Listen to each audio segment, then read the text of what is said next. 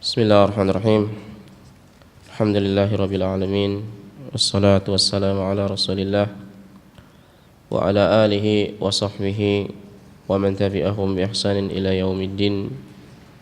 Asyhadu an la ilaha illallah wahdahu la syarika lah wa asyhadu anna Muhammadan abduhu wa rasuluh.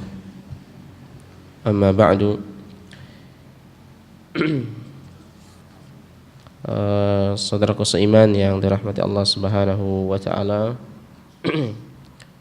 kita masih bahas tentang kalam alif rahimahullah taala, dan beliau membacakan atau menuliskan hadis Nabi sallallahu alaihi wasallam, ahabbud dini ilallahi al-hanafiyatus samhah. Gitu ya. Masih dalam hadis itu, agama yang paling dicintai oleh Allah Subhanahu wa taala adalah Al-Hanafiyah As-Samhah, yaitu apa? Cara pandang yang lurus dan samhah, yang isinya dengan kemudahan, ya. Kita masih bahas tentang hadis itu. Ada beberapa perkara yang belum kita jelaskan. Dan ikhwatal iman yang dari Allah Subhanahu wa taala, sebagaimana yang lalu, bahwa agama ini adalah agama yang mudah, ya. Karena dalam agama ini dibedakan dengan agama-agama sebelumnya. Banyak kemudahan-kemudahan yang tidak didapatkan dari agama-agama sebelumnya. Dan juga kita telah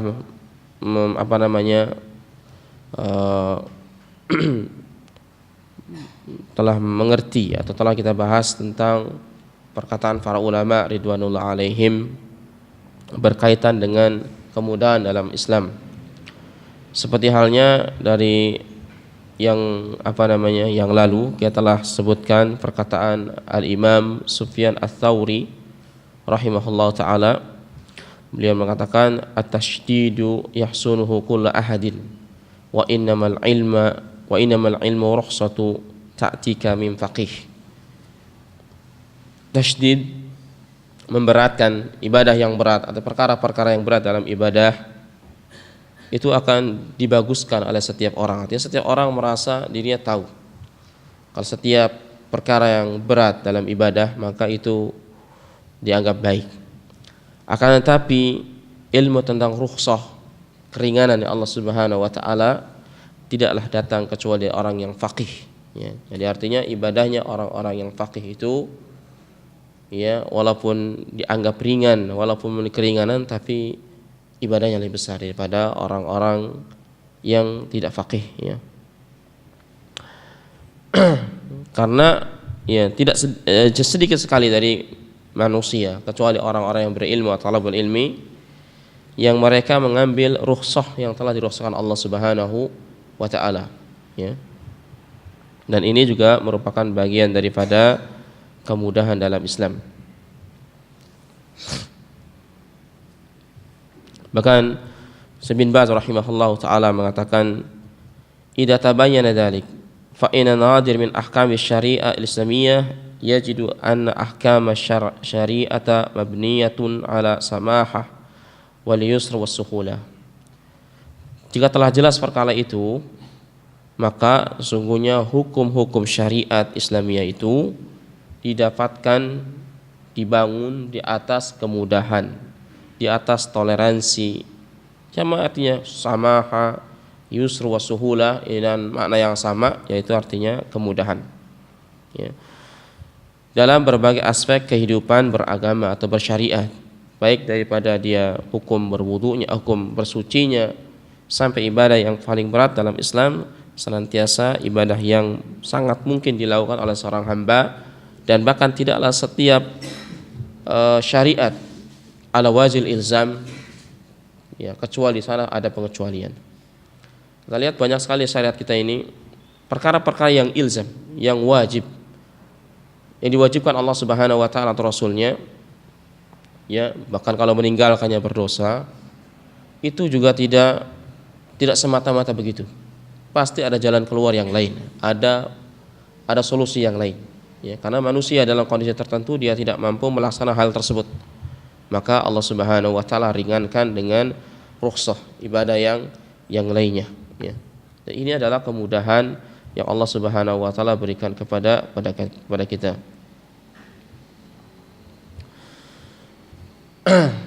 Sehingga beliau mengatakan fa inna murada muallif rahimahullahu taala fi iradi hadal hadis, yang dikehendaki oleh muallif rahimahullah dalam hadis, ya, ahabbu dini ilallahi al-hanafiyah samhah, itu hadisnya.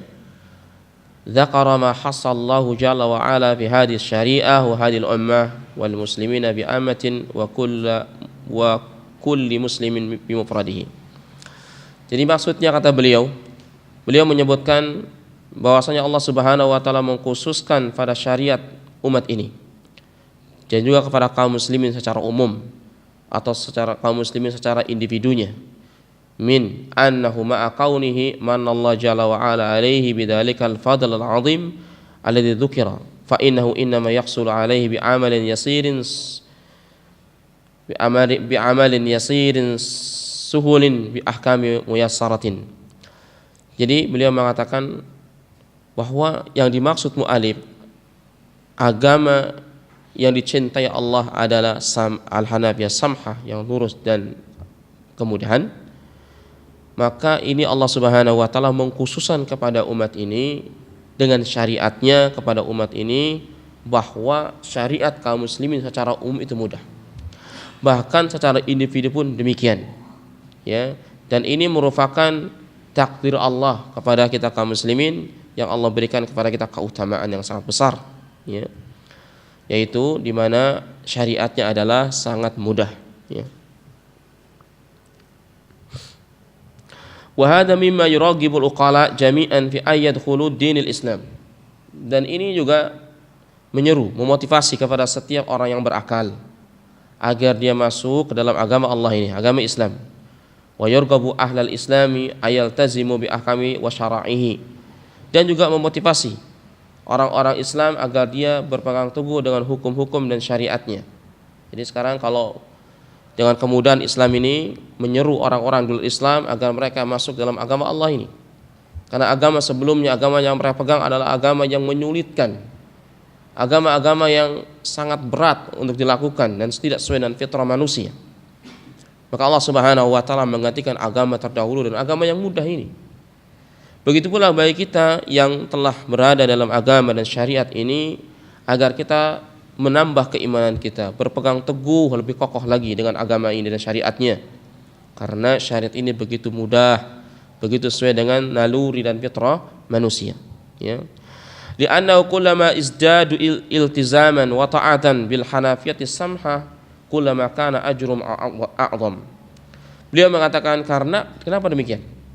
Karena setiap kita menambah, ya, ketaatan kita, menambah iltizam kita, pegang teguh kita kepada agama ini, menambah ketaatan kita pada agama ini, ya, agama yang lurus dan mudah ini, maka ketika itu akan bertambah pahalanya lebih besar, ya, kullama kana ajrum a'zam, maka pahala itu semakin besar. Wa kullama kanat mahabbatullahi jalla wa ala lahum ablag. Dan ketika mereka melakukan ini, maka Allah akan mendatangkan kecintaannya kepada kita lebih besar lagi. Ya, Allah akan mencintai kita lebih besar lagi, ya. Maka ini adalah merupakan nasihat bagi kita kaum muslimin, bahwa kita mesti bersyukur pada Allah Subhanahu wa taala, di mana Allah Subhanahu wa taala telah memilih kita dari sekian miliaran manusia masuk dalam agama Allah Subhanahu wa taala. Dan masukkan kita dalam agama yang baik, sunnah yang baik, itu dalam sekian persen manusia di dunia ini. Ya, ini perkara yang mesti kita syukuri. Bahkan juga kemudahan Islam dalam hukum-hukumnya ini bukan hanya berkaitan dengan masalah amalan saja, tapi juga dalam masalah keyakinan, i'tiqadiyah, ya, juga sesuai dengan fitrah manusia, ya. Disebutkan Syekh bin Baz rahimahullah taala, wa yasmulu aidan al-umur ilmiyatil i'tiqadiyah, mencakup juga kemudahan Islam itu dalam masalah-masalah keyakinan. Fa inna yusra wa suhulata fil umuril amaliyah al-i'tiqadiyah zahir. Karena kemudahan di dalam perkara-perkara keyakinan juga perkara yang sangat jelas. Li'anal islama dinul fitrah wal islam laisa fi taqidatul kalamiyah. Karena Islam itu agama yang fitrah, ya, yang telah difitrahkan oleh Allah Subhanahu wa taala padanya. Dan Islam bukanlah agama keyakinan-keyakinan kalamiah, ucapan ahlul kalam, orang falsafah dan seterusnya, ya. Wa la mabahis falsafiyah la yafhamuhu biha illa khawasin nas. Dan Islam itu bukanlah pembahasan-pembahasan falsafah yang hanya bisa dimengerti oleh sebagian kecil manusia. Khawas artinya orang-orang yang berakal, kata mereka, ya. Bal kullu ahadin yafhamul islama bi'ibaratin suhulatin. Akan tapi Islam itu adalah bisa dipahami setiap individu kaum muslimin karena ibarah-ibarahnya adalah mudah. Hukum-hukumnya adalah mudah. Itsuriha lahu makna tauhid wa bayat lahu ba'dal ahkam fa yafhamul Islam. Kalau seandainya diterangkan padanya tentang tauhid, diterangkan hukum-hukum Islam, maka mereka akan paham. Maka ikhwatal iman yang dari Allah Subhanahu wa taala, beliau mengajak memahami kita bahwa Islam dengan agama yang lain sudah tidak ada bandingannya. Kita sudah sebutkan hadis-hadis bersamaan itu, di mana amalan orang ahlul kitab, Yahudi Nasrani dengan waktu yang panjang hanya mendapat 1 qiraat. Sedangkan amalan kaum muslimin dari asar sampai maghrib itu mendapat 2 qiraat. Tentunya sudah tidak kita ragukan lagi tentang keutamaan agama ini di atas keagamaan ahlul kitab. Nah, sekarang kita masuk mu'alif ingin membandingkan orang-orang yang sudah mendapatkan hidayah Islam, ya, tetapi berbeda derajatnya mereka di hadapan Allah Subhanahu wa taala dengan yang lainnya, sesuai dengan manhaj yang lurus atau tidaknya. Maka beliau rahimahullah mengatakan agama yang mudah yang dikatakan Nabi sallallahu alaihi wasallam ahabbu dini ilallahi al-hanafis samha, termasuk dalam banyak masalah keyakinan. Tadi dalam kita sebutkan sebelumnya dalam masalah amaliyah saja. Tapi ini dalam masalah keyakinan, dalam masalah i'tiqadat, keyakinan-keyakinan kita, iman kita dengan yang ghaib terutama, maka ini pun adalah sesuai dengan fitrah manusia. Karena agama kita, agama Islam, agamanya Ahlussunnah ini adalah agama yang bisa dipahami oleh setiap individu kaum muslimin. Apabila diterangkan kepadanya setiap hukum-hukum, maka mereka akan memahaminya. Karena apa? Karena ibarahnya mudah, sesuai dengan naluri dan fitrah manusia. Berbeda hanya dengan keyakinan-keyakinan ahlul kalam. Ahlul kalam tahu ya, ahlul kalam adalah orang-orang yang mereka mengatakan orang-orang mengedepankan akal dan mereka membicarakan tentang nama, sifat dan yang ghaib dengan akal mereka, ya. Dan ahlul kalam tentunya adalah man sya'uhu mabna'uhu min falasafiyah Yunaniyah al-Kupriyah. Ahli kalam ini adalah diambil ilmunya daripada falsafah Yunani kupur. Ya, itu sudah tahu ahli falsafah dalam Yunani siapa. Ya. Maka agamanya ahlul kalam ini, keyakinannya ahlul kalam ini tidak bisa dimengerti oleh seluruh kaum muslimin kecuali oleh sebagian kecil dari mereka. Ya, lebih kecil daripada mereka. Ini ahlul kalam. Ya. Makanya al-Imam siapa? As-San'ani rahimahullahu ta'ala di dalam Syarh Bulughul Maram, apa kata beliau? Subul Salam. Beliau pernah mengatakan tentang masuknya Ramadan ambil hisabi ambil ru'yatul hilal. Ya. Masuknya bulan Ramadan itu dengan hisab atau dengan hilal. Beliau kemudian mengatakan dari hadis-hadis Nabi sallallahu alaihi wasallam yang warid bahwa tidak diragukan lagi masuknya bulan Ramadan dan berakhirnya adalah bi ru'yatil hilal. Ini kata beliau. Adapun hisab ini adalah ilmu yang bid'ah untuk menentukan masuknya bulan Ramadan. Dan disebutkan salah satu alasan, banyak alasannya, beliau disebutkan sesungguhnya agama ini adalah agama yang mudah dan agama ini bisa dilihat dan dipahami oleh seluruh individu manusia. Melihat hilal itu bisa dilihat oleh semua manusia. Enggak harus presiden, enggak harus orang jelata, tidak harus orang alim atau siapa yang tajam pandangannya ke atas maka dia bisa melihat. Makanya Nabi sallallahu alaihi wasallam menggunakan hilal sebagai tanda masuknya bulan dalam Ramadan dan yang lainnya Karena ini mudah bisa diikuti oleh seluruh manusia. Karena agama ini seluruh manusia, bukan individu. Tapi kata beliau berikutnya, adapun hisab tidak semua orang mampu untuk melakukannya. Adapun hisab tidak semua untuk melakukannya, dan agama ini untuk semua manusia, bukan individu manusia. Maka ini menunjukkan kebatilan hisab untuk menentukan Ramadan. Ini dikatakan oleh Ali Al-Sunnah Ali As-San'ani rahimahullahu taala. Ya.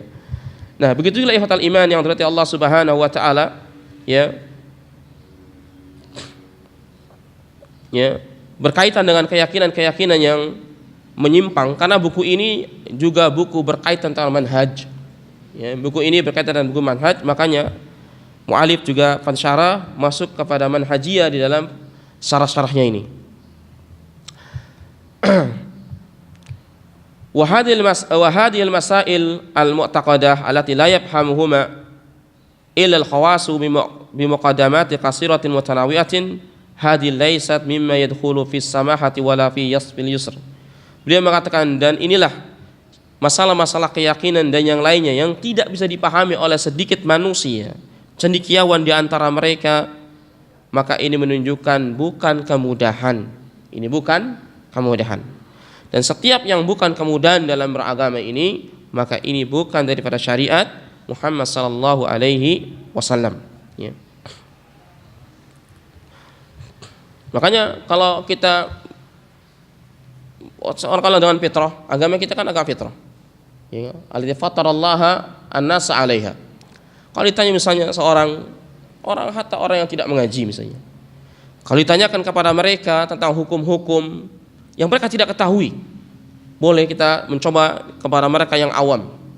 Ditanya misalnya Allah itu di mana kira-kira, Pak? Tanya Allah Subhanahu wa taala di mana? Pasti dengan fitrah dia mengatakan ya di langit lah. Walaupun mungkin di langit lah, Mas. Kan kita kalau berdoa begini. Kalau minta kemana? Ke atas. Fitrahnya pasti mereka mengatakan Allah di mana? Di atas.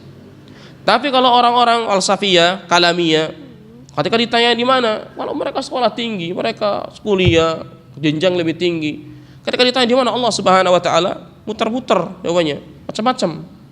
Ada yang mengatakan Allah di hati, ada yang mengatakan Allah di mana-mana, ada yang mengatakan Allah itu nggak di atas, nggak di bawah, nggak di samping kanan, samping kiri, nggak di depan, nggak di belakang, nggak di luar, nggak di dalam. Di mana Allah itu?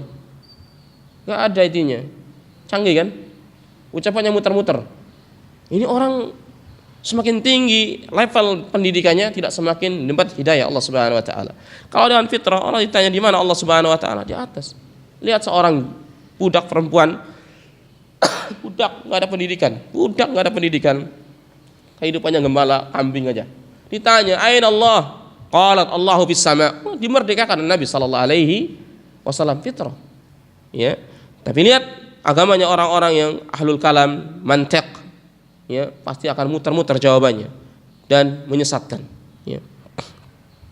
Dalam berbagai hal demikian. Ya. Bahkan beliau mengatakan kebanyakan manusia mereka bermadhab dengan madhab akidah tertentu misalnya. Contoh di negara kita banyak madhab Asy'ariyah Maturidiyah. Ketika mereka ditanya secara umum, masyarakat umum yang mengikuti madhab Asy'ariyah Maturidiyah dalam keyakinannya, ini sebagian mereka juga tidak tahu pondasi akidah Maturidiyah ataupun Asy'ariyah ini, enggak tahu. Ketika mereka tidak tahu, kemudian ditanyakan tentang perkara-perkara yang berkaitan dengan keyakinan, maka jawaban mereka benar. Maka hampir-hampir jawaban mereka semuanya benar. Kenapa? Karena mereka mengandalkan naluri dan fitrahnya. Karena fitrah manusia dan nalurinya adalah bertauhid kepada Allah Subhanahu wa taala. Tapi kalau seandainya mereka yang terlahir atau mereka yang menyembuhkan diri di madrasah Asy'ariyah dan Maturidiyah, maka baru mereka akan rancu dalam menjawab fitrahnya. Ya, akan menjawab fitrahnya. Maka berdakwah kepada orang awam sekali itu jauh lebih mudah daripada kita berdakwah kepada orang yang telah memiliki pondasi kesyubhatan. Kenapa? Karena berdakwah kepada orang awam kita langsung menyebutkan kebenaran kepada mereka. Berkata Nabi demikian, berkata Allah Subhanahu demikian, ini amalannya, mereka akan terima. Dan mereka tidak banyak membantah karena apa? Mereka tidak tahu dan sesuai naluri antara ayat, hadis itu sesuai dan naluri manusia. Tapi ketika kita berdakwah kepada orang-orang yang telah memiliki hujah-hujah batil ini, yang telah duduk di madrasah-madrasah falsafah yang lainnya, maka kita nggak bisa berdakwah kepada mereka kecuali pasti ada pertentangan di antara mereka. Betul tidak? Betul, seperti demikian. Makanya Syalbani rahimahullahu taala tidak cukup kita menyeru mereka kepada kebenaran bagi mereka ahlu syubhat, kecuali kita harus memiliki dua pilar, at-tasfiyah wa tarbiyah. Tasbih dulu, bersihkan dulu subhat yang ada di kepalanya. Jadi kalau orang yang sudah punya subhat, bantah dulu subhatnya, kikis dulu semua subhat yang ada di kepalanya ini. Baru kita setelah mereka memahami baru dididik. 2 kali kerja enggak? 2 kali kerja. Ya, kalau kita orang awam biasa sekali jalan saja. Ya. Nah ini bedanya agama kemudahan kita dengan agama yang lain, juga kemudahan Ahlus Sunnah dengan orang-orang selain Ahlus Sunnah. Di sini misalnya saya mengatakan, idza sa'alta ahadan masalan min amatin nas fi ayyi baladin, seandainya engkau bertanya kepada seorang misalnya orang awam di negara manapun berada, mimma idza kana fi madhhabul asy'ariyah atau madhhabul maturidiyah atau madhhabul qadariyah atau mu'tazilah atau ila akhirih, yang mungkin di situ ada maturidiyah, ada asy'ariyah, ada madhab qadariyah dan yang lain-lainnya. Idza sa'altahu fi masailil qadar fa innahu yujibuka bima taqtadihi al-fitrah. Kalau seandainya engkau bertanya tentang takdir kepada mereka, mesti mereka berjawab dengan fitrahnya. Ini awam daripada orang-orang yang mengaku asy'ariyah, awam mereka orang-orang yang mengaku maturidiyah, awam mereka yang mengaku mu'tazilah dan semisalnya. Ketika ditanya tentang masalah takdir, jawabannya benar. Ya, sesuai dengan fitrah. Ya. Kenapa demikian? Karena awam dari mereka. Ya.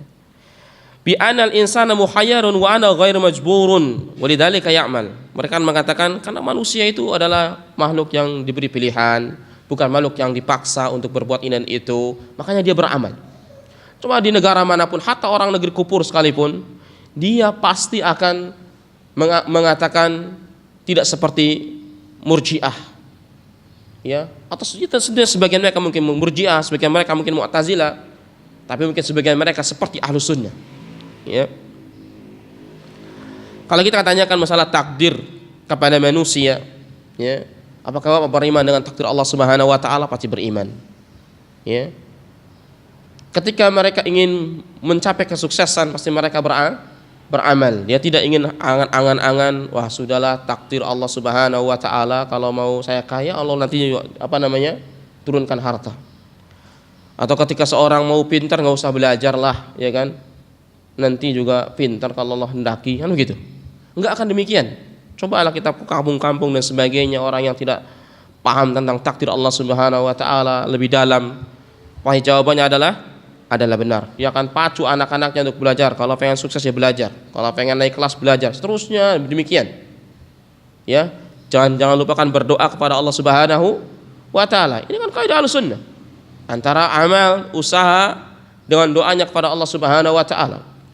Makanya orang-orang yang berusaha fi'lul asbab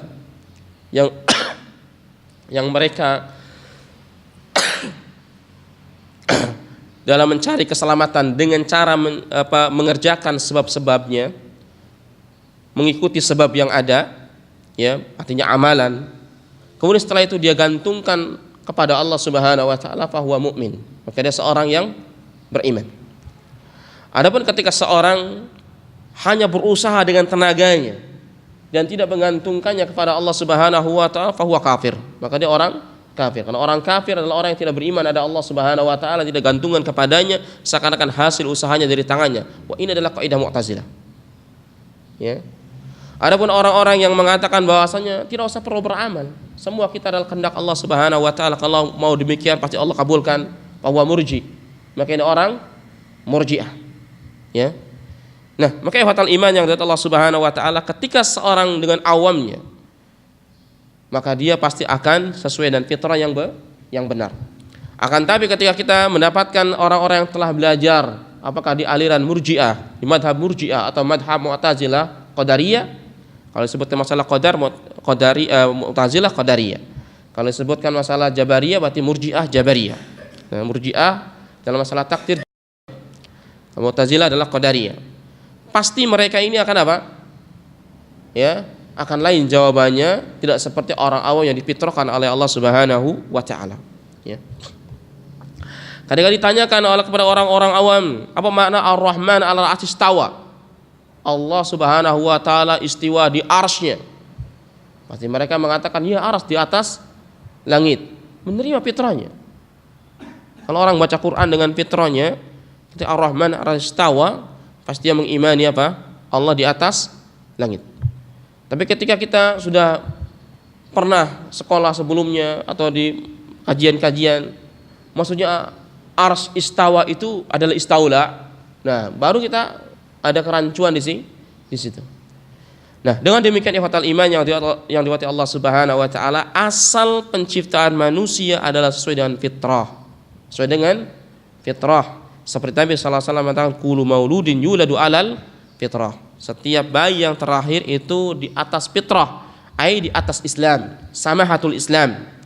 Fa in abawahu yuhawidanihi au yunasiranihi au yumajsanihi. Karena bapak ibunya lah, orang tuanya lah yang menjadikan dia Yahudi, Nasrani dan Majusi. Maka kalimat fitrah di sini bukan hanya suci.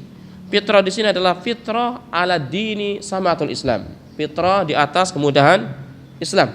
Ya.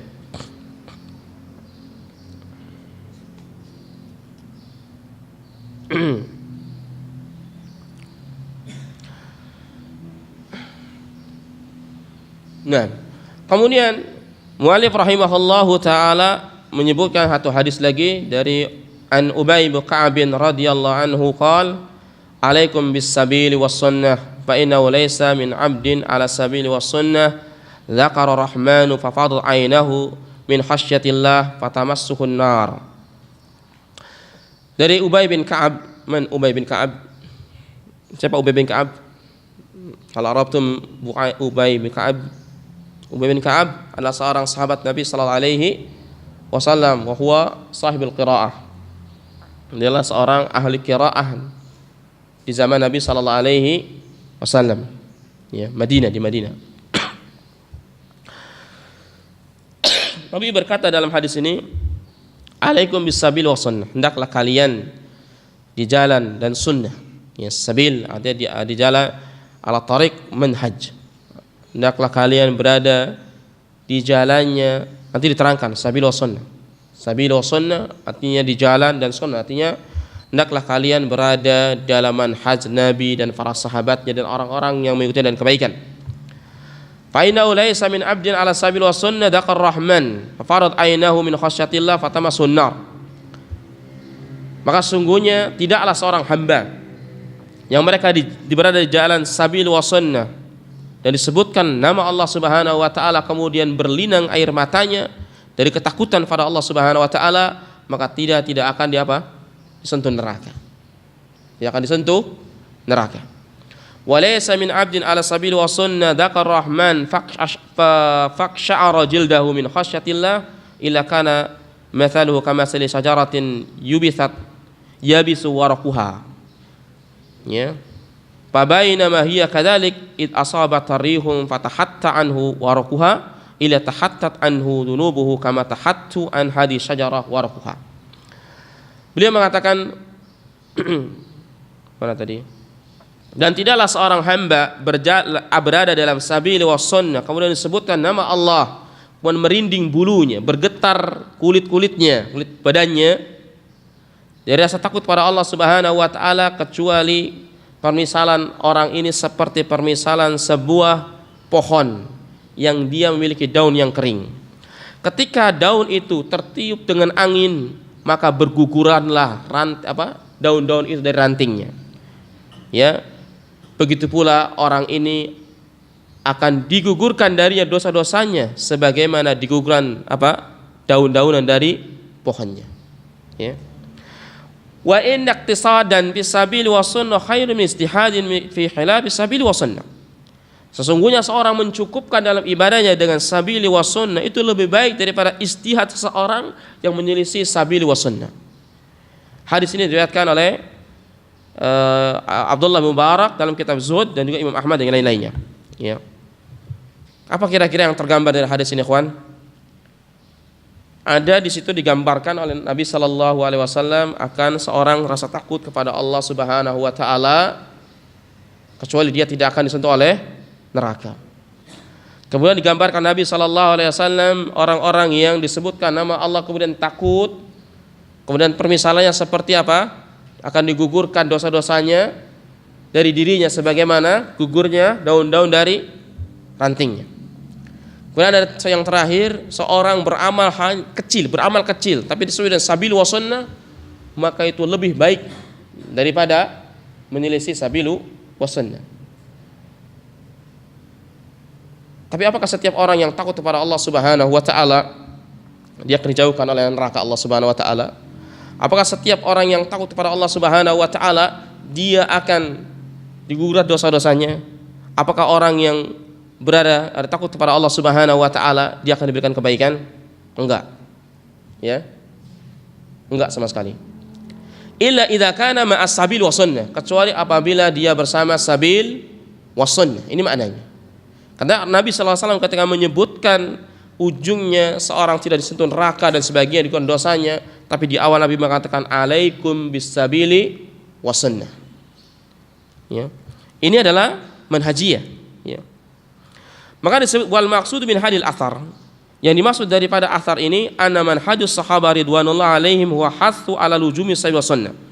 Bahwasanya manhajnya para sahabat radhiyallahu taala anhum, mereka adalah manhaj orang-orang yang memelihara atas sabili wa sunnah.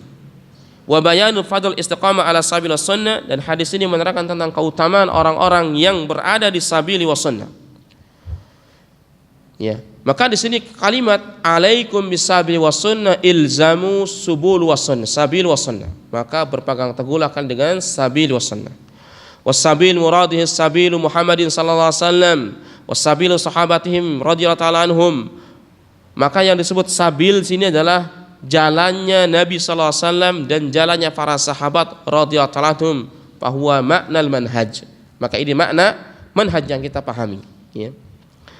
Dan ini adalah firman Allah Subhanahu wa taala, wa anna hada sirati mustaqima fattabi'uhu wa la tattabi'us subul fatafarraqu bikum an dini. Fatafarraqu bikum an sabilihi. Allah berkata wa anna hada sirati mustaqima, dan ini adalah jalanku yang lurus, fattabi'uhu, maka ikutilah jalan ini. Jadi Allah mengatakan jalan Allah cuma satu, ikutilah jalan yang lurus ini. Ya, wa la tattabi'us subul, dan janganlah kalian mengikuti banyak jalan. Fatafarraqu bikum an sabilihi, karena banyak jalan ini akan memisahkan kalian dari jalan yang lurus. Hadis ini, ayat ini juga sebab nuzulnya adalah bersama dengan hadis Nabi sallallahu alaihi wasallam dari hadis Abdullah bin Mas'ud radhiyallahu taala anhu, yang Nabi sallallahu alaihi wasallam mengatakan hatta lana Rasulullah sallallahu alaihi wasallam hattan biyadihi. Rasulullah sallallahu alaihi wasallam menggaris kepada kami dengan garis yang lurus. Summa qala hada sabilullah. Dia mengatakan ini adalah jalan Allah Subhanahu wa taala yang lurus. Wa khatta hututan an yaminihi wasyimalihi. Kemudian beliau banyak menggaris di samping kanan dan samping kiri jalan yang lurus ini. Wa qala hadhihi subul. Dan dia mengatakan ini adalah jalan-jalan yang banyak. Laisa alaihi sabilu illa syaitanu yad'u ilaihi. Tidak ada dari jalan-jalan yang banyak ini kecuali syaitan menyeru kepadanya. Summa qala ta'ala, kemudian Nabi mengatakan firman Allah Ta'ala, wa anna hada sirati mustaqima fattabi'uhu wa la tabi'us subul fatafarraqu bikum an sabili. Kemudian beliau membaca ayat ini surah Al-An'am 153 tadi. Ya. Nah, ikhwatal iman yang dirahmati Allah Subhanahu wa taala, maka Syekh mengatakan faja'ala siratan wahidan wa huwa sabilul wahid wa huwa alladhi yajma'u umurul Islam ala tafasiliha fa umurus sunnah ala tafasiliha. Kalimat wa anna hadha sirati mustaqima, dan ini adalah jalanku yang lurus, maka Allah Subhanahu wa taala menjadikan jalan itu satu. Sabilnya adalah satu, tujuannya adalah satu. Dan disitulah terkumpul semua urusan-urusan Islam dan rinciannya. Di situ terkumpul urusan-urusan sunnah dan rinciannya. Di atas satu jalan itu banyak sekali rincian Islam, banyak sekali rincian sunnah. Tetapi atas satu bingkai, satu bahtera, satu kalau Safinatul Najah, bukan Safinatur ya, Safinatul Najah. Dalam satu bahtera keselamatan, satu nahqadah Nabi sallallahu alaihi wasallam, ya. Wa amas subulul ukhra wal ahwa. Adapun jalan-jalan yang banyak itu, yang lain itu adalah ahwa, adalah hawa nafsu. Fa ala kulli sabilin minha syaiton yad'u nasa ila dukhurihi. Dan dari jalan-jalan itu ada syaitan-syaitan yang menyuruh manusia untuk masuk kepada jalan syaitan tersebut dan memalingkan dari jalan Allah yang lurus itu, ya. Jadi kalau kita ingin dikatakan orang umat yang bersatu, umat yang melurus sampai nanti tujuannya pada Allah Subhanahu wa taala, mesti mengikuti Muhammad, satu jalan Muhammad sallallahu alaihi wasallam. Ya, tidak boleh mengikuti jalan selainnya. Ikuti jalannya Nabi sallallahu alaihi wasallam, para sahabatnya. Orang-orang yang tidak mau mengikuti jalannya Nabi dan para sahabatnya, fahuwa munharib, maka mereka adalah orang yang menyimpang. Orang yang menyimpang, kalau Khawarij, seperti Khawarij, Mu'tazilah, Qadariyah, Jabariyah, Murji'ah, yang lain-lainnya. Ya, baik yang masuk dalam 72 golongan yang diancam neraka atau mereka yang dikeluarkan dari 72 tersebut. Ya. Kalau orang-orang yang tidak mau mengikuti beragamanya seperti agama Nabi dan para sahabat. Karena Allah menyebutkan, ketika menyebutkan kalimat yang lurus dalam jalan, hanya bukan sabilun, artinya satu jalan, bukan banyak jalan. Akan tapi terdapat kerancuan dan syubhat di antara mereka. Orang ahlul awak juga pintar-pintar, tidak tidak mencukupkan dengan itu. Bagaimana dengan firman Allah Subhanahu wa taala dalam surat Al-Ankabut pada ayat yang 69. Yang Allah mengatakan walladzina jahadu fina lanahdiyanna subulana wa innallaha lama'al muhsinin, ya. Dan orang-orang yang bersungguh-sungguh kepada kami, berjihad bersungguh-sungguh di jalan Allah Subhanahu wa taala, kata Allah, lanahdiyana subulana, pastilah kami, kata Allah, akan tunjukkan jalan-jalan kami ini. Wa innallaha lama'al muhsinin, sungguhnya Allah bersama orang-orang yang berbuat kebaikan. Nah, di ayat yang tadi dalam surat Al-An'am mengatakan jalan yang lurus cuma satu, gitu kan? Tapi dalam surat Al-Ankabut mengatakan banyak jalan yang Allah akan tunjukkan, gitu. Bagaimana ini? Apakah ayat ini kontradiksi?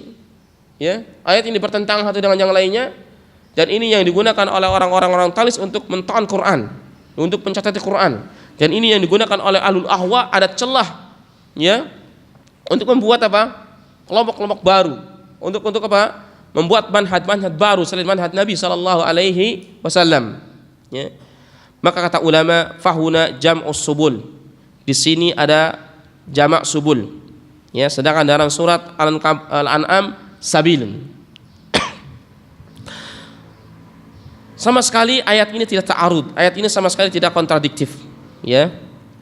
Tetapi yang dimaksud sabilun dalam surat Al-An'am itu adalah al-Islam wa sunnah ala tafasiliha.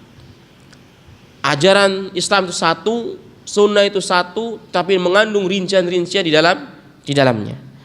Adapun subulun maksudnya adalah rincian daripada sabil itu, rincian daripada Islam itu, rincian daripada rincian daripada sunnah itu. Karena Islam tidak satu bentuk. Ibadah dalam Islam banyak, ibadah yang disunahkan juga banyak, ya. Artinya ketika seorang bersungguh-sungguh di jalan Allah Subhanahu wa taala untuk ibadah kepadanya, maka dia akan tunjukkan jalan-jalan menempuh ibadah tersebut menuju surga. Kan orang mendapatkan surga bisa dengan ketaatan. Ketaatan apa? Ada orang masuk surga dengan pintu salat, ada dengan pintu puasa, ada dengan pintu zakat, pintu-pintu yang lainnya. Maka ini yang disebut dengan subul. Subul ay kasratut turuqul khair, banyaknya jalan menuju kebaikan, ya, banyak jalan menuju kebaikan. Bukan makna subul di sini adalah banyak jalan menuju Roma, yang diajarkan banyak jalan untuk menuju Islam. Ya, kalau mau ke Islam menurut kamu begini, kalau saya begini, saya boleh begini. Yang penting tujuannya sama kepada Allah Subhanahu wa taala. Maka ini adalah penafsiran yang batin dari mana subul. Tafsiran makna yang subul adalah kasratu turuqul khair, banyak jalan menuju kebaikan. dan jalan itu dibingkai dalam sabilun Islam, ya.